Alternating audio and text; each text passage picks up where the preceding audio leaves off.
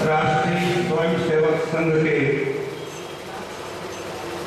राष्ट्रीय कार्यकारिणी के सम्मानीय सदस्य, इस देश के गंभीर विषयों के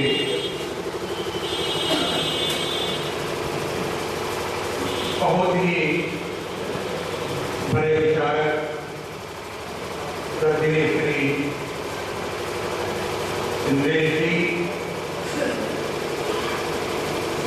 इस कार्यक्रम में अध्यक्षता कर रहे श्री सैयद शाहिद हैदर साहब,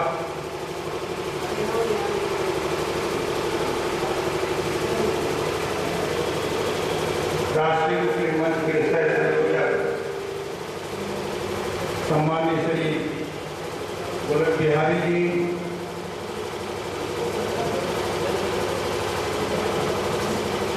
पूर्णिया में मुस्लिम राष्ट्रीय मंच के संयोजक आले जनाब कलाम अंसारी जी, प्रदेश के संयोजक जनाब दानिश जी, अल्तमस जी, इस सभागृह में उपस्थित आयुम मसाजिद और सभी श्रोता बंधुगण,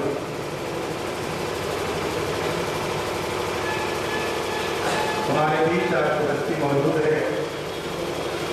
पिछले कई सालों से मैं उन्हें बहुत करीब से जानता हूँ।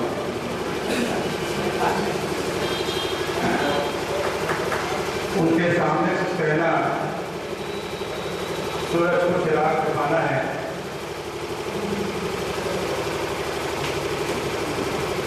वो मुस्लिम राष्ट्रीय मंच के संस्थापक हैं और आज वो हिंदू समाज और मुस्लिम समाज के बीच सदियों से जमी हुई गलत फहमियों की पकड़ है, उसको पिघलाने का काम पूरे देश में कर रहे हैं। हिंदू समाज और मुस्लिम समाज के बीच वो आज की तारीख में संवाद के सेतु बने हुए हैं।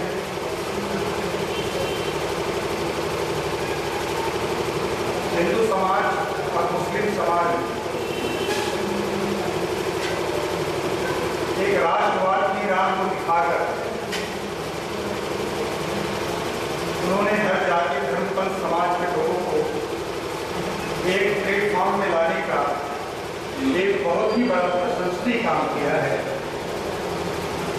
जिसने इस देश में एकता, मोहब्बत, भाईचारा, सांप्रदायिक सौहार्द, सामाजिक समरसता, सद्भावना जैसी उन बातों को हमारे बीच लाया है, जिसके अंदर से सचमुच वो बात निखर के आती है कि इस देश का मुसलमान जो पिछले 60 सालों से चला जा रहा है, उसकी बुनियादी तकलीफें क्या है, इक़्तिसादी तौर पर, मासी तौर पर, तालीमी तौर पर वो कितना पिछड़ा हुआ है। एक ऐसी सोच को उन्होंने पैदा किया है कि ये पसमानदिगा जो समाज है वो किस तरह से आगे आए। इसी श्रृंखला में मुस्लिम राष्ट्रीय मंच ने जो सबसे पहला इकरार किया वो ये था कि आज ही रोटी खाएंगे और बच्चों को हम पढ़ाएंगे। मोहतरम सामान्य शरण, तालीम के बिना किसी भी समाज की फलाह व बहबूदी या तरक्की मुमकिन नहीं है। ऐसे ही मुस्लिम समाज सालों से इस बात को अच्छी तरह से जानता है कि संविधान की मूलभूत भावनाओं के खिलाफ दिया गया।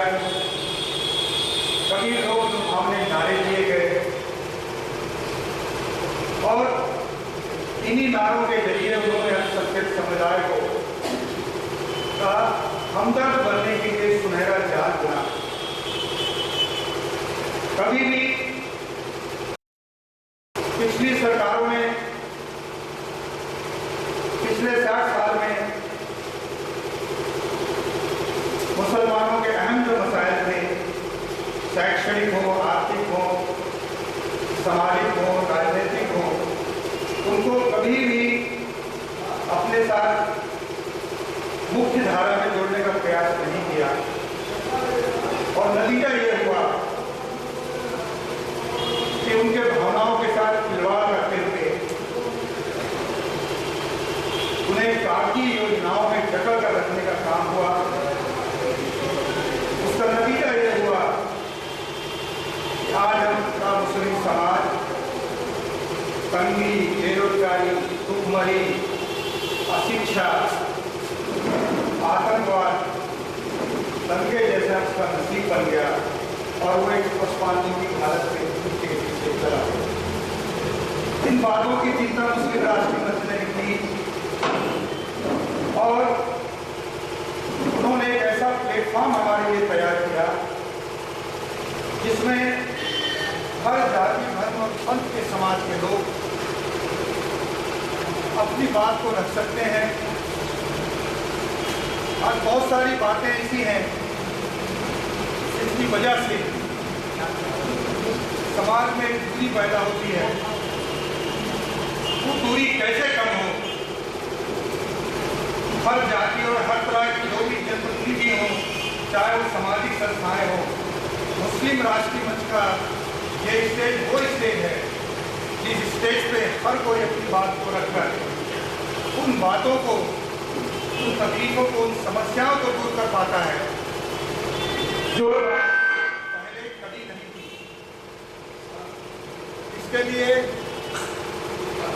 मैं तन की गहराइयों से सम्मानीय विजय जी का बहुत बहुत आभारी हूँ कि उन्होंने पूरे हिंदुस्तान में ऐसी अलग जगह दी है जो आने वाले दिनों में यकीनी तौर पर हमारी जो गंगा जमनी संस्कृति है उसको मुकामी तौर पर पूरी तरह से नाफिज करने में कामयाब हो। मुस्लिम राष्ट्रीय मंच देश की आंतरिक सुरक्षा हो, देश की बाह्य सुरक्षा हो, इसके साथ साथ हमारे पूरे मुल्क को आज लोग कैसी कैसी साजिशों को घेर रहे हैं। कश्मीर भी अपने हालात से गुजर रहा है, तो कश्मीर की समस्याओं को भी जहाँ पर आज की तारीख में 4 लाख कश्मीरी पंडित अपने वतन से बेघर हुए, वहाँ के मुसलमानों की हालत अलगाववादियों ने बदतर से बदतर कर दी।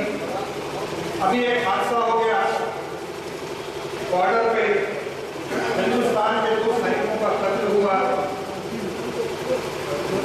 मगर इस देश की सरकार कभी ऐसी समस्याओं को गंभीरता से नहीं लेगी।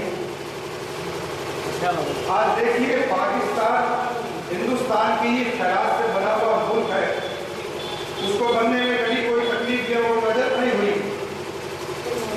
आज भी वो हिंदुस्तान का एक हिस्सा ही माना जाए तो उसमें कोई अतिरिक्त नहीं है। मगर वो जो आज हरकतें कर रहा है, आज जरूरत इस बात की है कि केंद्र की मनमोहन सिंह जी की जो सरकार है वो सो रही है और आज पूरे हिंदुस्तान को, चाहे चीन हो, चाहे पाकिस्तान हो, चाहे बांग्लादेश हो, चाहे श्रीलंका हो, चाहे महाद्वीप हो, आज इस देश को चारों तरफ से हमारे मुल्क के दुश्मन घेरने में लगे हुए हैं। आज चीन की हालत आप देखिए, 1962 में जो लड़ाई हुई, चीन ने 39,000 स्क्वायर किलोमीटर जमीन को पहले उसने हथियाया, बाद में उसने ये दावा भी करना शुरू किया कि 91,000 वर्ग किलोमीटर की जमीन भी हिंदुस्तान में अपने कब्जे में रखा हुआ है। ये सारी बात झूठ उसने कही और कश्मीर का एक हिस्सा उसने अवैध कब्जे में रखा। पाकिस्तान 1947 में जब बना, उसके बाद में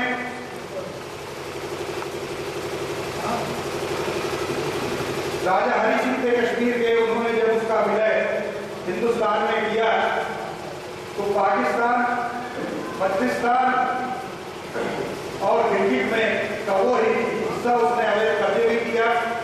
ये सारा का सारा हिस्सा ये हिंदुस्तान का ही हिस्सा है और आज का मुसलमान कश्मीर में ही रहना चाहता है।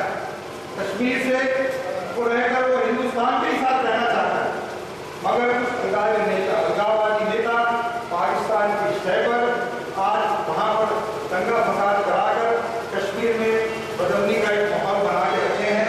ऐसे बहुत सारे विषय हैं जिसको मुस्लिम राष्ट्रीय मंच अपने फर्ज से उठाता है। हमारे शहीदों ने जो कुर्बानियां हमारे मुल्क के लिए दी, आज उनको भी, उनके लिए भी मुस्लिम राष्ट्रीय मंच ने याद करने के लिए बहुत सारे कार्यक्रम किए। आज महिलाओं, आदमियों के बीच में देशियों का अनुपात जनसंख्या का कम और ज्यादा हो रहा है, उसके लिए जो भ्रूण हत्या थी उसको भी जागरूकता लाने के लिए मुस्लिम राष्ट्रीय मंच ने बहुत सारे काम किए हैं। ऐसे ही इस देश को प्रदूषण मुक्त करने के लिए वृक्षारोपण के लिए बहुत ज्यादा अहम काम मुस्लिम राष्ट्रीय मंच के लिए शुरू है। मोहतरम बुजुर्गों और दोस्तों, ऐसे बहुत सारे हमारी चीजें हैं जिसको हम अपने हालात को हम जायजे को हम नहीं ले पाते। असम में भी एक दंगा हुआ, उसकी आज मुंबई पहुंची। मुंबई से कुछ लोगों ने फोन करके हजारों लोगों को साउथ से भागने में मजबूर किया, मगर उसकी हकीकत के पीछे जो बात है वो बहुत सारी चीज़ें जो हकीकत है वो आवाम तक नहीं पहुंच पाती, जिसकी वजह से ये हादसा होते हैं। ऐसे बहुत सारे समस्याओं को, समाधानों को मुस्लिम राष्ट्रीय मंच अपने जेरे एहतराम पूरा करता है। हमारे बीच सम्मानीय इंद्रेश जी मौजूद हैं। ये हम सबका बड़ा ही सौभाग्य है कि आज हमको उनको सुनने का मौका मिलेगा। और आपकी को दिन की बात में बताऊं, जब मुझे आज हमारे लिए बहुत बड़ी सच्चा जज्बा कर है, उनका सुनना, उनका संबोधन, उनको मार्गदर्शन हमको देते हैं, उसमें देश की एकता, अखंडता और संप्रभुता बिल्कुल साफ रखती है। और ये हम सब लोगों का बड़ा ही सौभाग्य है कि आज हमें सुनने का मौका मिलेगा। इतना कहकर मैं अपनी वाणी को विराम देता हूँ। जय हिंद, जय भारत।